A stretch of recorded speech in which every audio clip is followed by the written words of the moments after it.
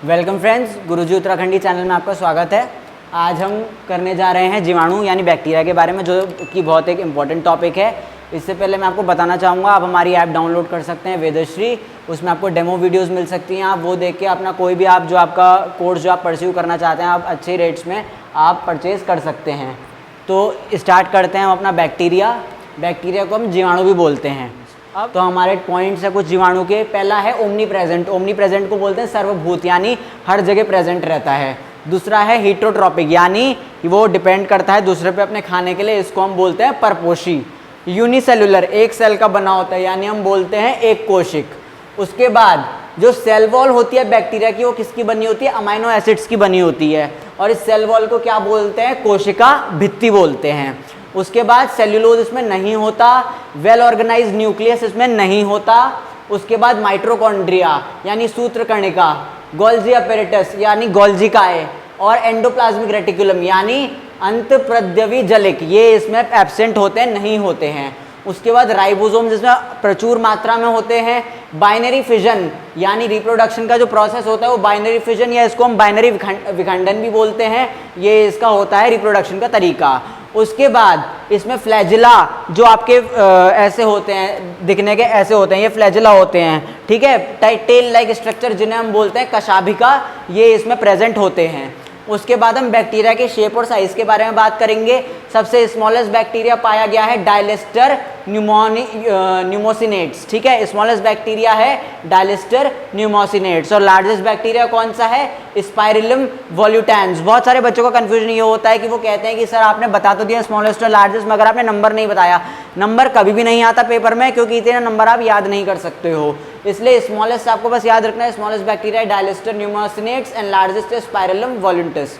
उसके बाद बैक्टीरिया के कुछ फॉर्म्स होते हैं, ठीक है। ये मैं आपको डायग्राम के साथ बताऊंगा। पहला फॉर्म होता है कोकाई। कोकाई आपके कैसे होते हैं? राउंड होते हैं, ठीक है, राउंड या स्फेरिकल होते हैं। ये आपके सिंगल भी प्रेजेंट होते हैं। अगर सिंगल प्रेजेंट होते हैं तो उसे माइक्रो कोकाई बोलते हैं। अगर पेयर में प्रेजेंट होते हैं तो उसे डिप्लो कोकाई बोलते हैं। जैसे ये देखिए मोनोकोकस, यहाँ पे सिर्फ एक बैक्टीरिया का सेल। उसके बाद डिप्लो यानी 2। उसके बाद टेट्रा, टेट्रा यानी 4, तो ये आपके टेट्राकोकस हो गए। एग्जाम्पल आपका किसी भी एग्जाम्पल दे रखा है आपके डिप्लोकोकाई बैक्टीरिया का, डिप्लोकोकस निमोनिया, जिससे हमें क्या होता है? निमोनिया हो जाता है। उसके बाद दूसरा फॉर्म ऑफ बैक्टीरिया है बेसिलाए। बेसिलाए कैसे होता है? रॉड की तरह दिखते हैं। ये देखिए, ये होते हैं आपके रॉड की तरह होते हैं। और अगर 2 बेसिलाए हैं तो उसे डिप्लोबैसिलस बोलते हैं। उसके बाद कुछ आपके बहुत सारे बेसिलाए वाले बैक्टीरिया हैं जो बहुत सारी बीमारियां फैलाते हैं। पहली बीमारी है आपकी ट्यूबरकुलोसिस यानी टीबी। ये कौन सा बैक्टीरिया फैलाता है? मायोबैक्टीरियम। उसके बाद टाइफॉइड, ठीक है, ये कौन सा बैक्टीरिया फैलाता है? सैल्मोनेला। और उसके बाद टिटनस, ये आपका कौन सा बैक्टीरिया ये बीमारी फैलाता है? क्लोस्ट्रीडियम टेटने। ये हो गया आपका second form of bacteria. Third form of bacteria है आपका स्पाइरिलिया, और या इसको स्पाइरोचेट्स भी बोलते हैं। या आपके जनरली मोटाइल होते हैं। मोटाइल मतलब ये मूव कर सकते हैं, ये एक जगह से दूसरी जगह जा सकते हैं। और उसके बाद आता है आपका वाइब्रोज। वाइब्रोज में आपके जनरली वायरस वाले आ जाते हैं, जो आप जैसे आपका वाइब्रो क्या है? एक कोलरा जो होता है वो कौन से वाले बैक्टीरिया की वजह से होता है? वाइब्रोज वाले बैक्टीरिया की वजह से होता है। तो आपने देखा होगा, बहुत ही सिंपल टॉपिक है और आपको बस फीचर्स याद करने हैं, फॉर्म याद करनी है, स्मॉलेस्ट कौन सा है, लार्जेस्ट कौन सा है, आपको बस ये याद करना है। टाइप्स ऑफ बैक्टीरिया पढ़ने के बाद अब एक बैक्टीरियल सेल दिखता कैसा है हम वो बताएंगे आपको। इसका पहला है स्लाइम लेयर। स्लाइम लेयर क्या होती है? एक परत होती है जो आपकी बैक्टीरियल सेल में होती है। अगर वो जेली की तरह होती है, किसकी बनी होती है? पॉलीपेप्टाइड की बनी होती है, और हमें एंटीबॉडीज से बचाती है। अब इसमें 2 बातें आपको याद रखने की ज़रूरत है। अगर परत आपकी पॉलीपेप्टाइड की है तो उसे स्लाइम लेयर कहेंगे, और अगर परत आपकी अमाइनो एसिड की है तो उसे कैप्सूल कहेंगे। उसके बाद सेल वॉल, ठीक है, सेल वॉल आपकी क्या होती है? रिजिड होती है, ठोस होती है, ग्रैन्यूल्स की बनी होती है।